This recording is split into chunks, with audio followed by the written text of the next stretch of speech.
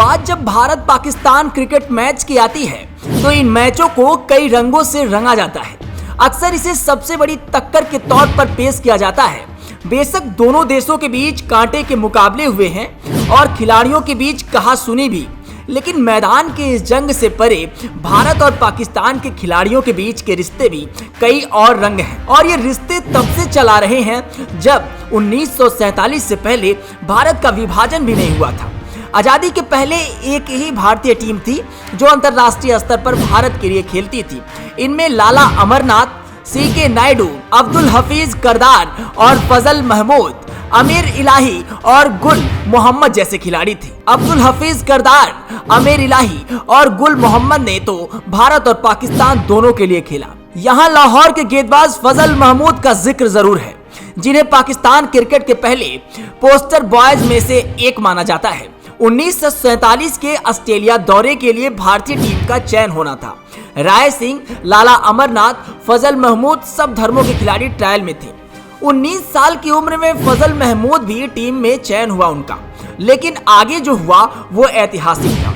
अपनी आत्मकथा down to dusk में फजल महमूद लिखते हैं, मुझे कुछ महीने पहले ही एडवांस में बता दिया गया था कि 15 अगस्त 1947 के दिन लाहौर से पुणे में ट्रेनिंग कैंप में आने के लिए आना है। 14 अगस्त 1947 को मैं लाहौर में था, लेकिन जब तक बंटवारा हो चुका था, ऐसा वक्त में लाहौर से पुणे जा रहा था जब बंटवारे के बाद लाखों लोग पलायन कर रहे थे। पंजाब दंगों में जल रहा था और वो खतरनाक सफर था। दरअसल शुरुआती योजना के मुताबिक भारत को आजादी बाद में मिलनी थी, इसलिए भारत के क्रिकेट चयनकर्ता नए हालात से निपटने के लिए तैयार नहीं थे। फजल महमूद अपनी बायोग्राफी में लिखते हैं कि आखिरकार 1947 का इंडिया कैंप को भंग कर दिया गया। मेरे सामने चुनौती ये थी, मजहबी दंगों के बीच पुणे में वापस अपने घर लाहौर कैसे पहुंचे, जो अब पाकिस्तान बन चुका था।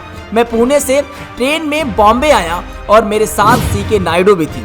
कुछ कट्टरपंथियों की नजर ट्रेन में मुझ पर पड़ गई और जो मुझे नुकसान पहुंचाना चाहते थे, लेकिन सीके नायडू ने मुझे बताया वो अपना बैट लेकर सबके सामने खड़े हो गए और सबको कहा कि मुझसे दूर रहें। सीके नायडू अविभाजित भारत के पहले कप्तान थे और दिग्गज खिलाड़ियों में से एक, और उनके नाम पर colonel CK Naidu lifetime achievement award रखा गया। बंटवारे के बाद 1952 में पहली बार पाकिस्तान टीम भारत दौरे पर आई थी। उस दौर में लाला अमरनाथ, अब्दुल हफीज करदार जैसे कई खिलाड़ी ऐसे थे जो अविभाजित भारत के साथ खेलते थे। लाहौर में रहते हुए मिंटो पार्क में साथ में प्रैक्टिस करते थे। कहते हैं कि जब पाकिस्तानी टीम आई तो लाला अमरनाथ खुद उन्हें लेने गए थे।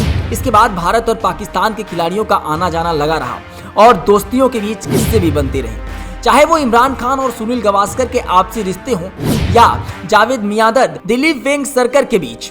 भारत पाक मैचों की बात चली है तो 1986-87 की भी बात करते हैं, जब पाकिस्तान की टीम भारत आई हुई थी।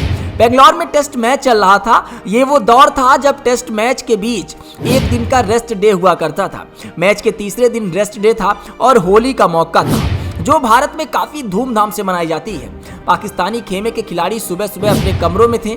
अब्दुल कादिर, इमरान खान, वसीम अकरम, रमीज रजा, जावेद मियांदद, सलीम मलिक, तौसीफ अहमद, इकबाल कासिम जैसे खिलाड़ी होटल में थे। इससे पहले कि पाकिस्तानी टीम दिन की शुरुआत करती, भारतीय खेमे ने रंगों के साथ हल्ला बोल दिया। भारत के पूर्व विकेटकीपर किरण मोरे भी उस टीम का हिस्सा था और उस दिन उन्होंने भी होली खेली थी।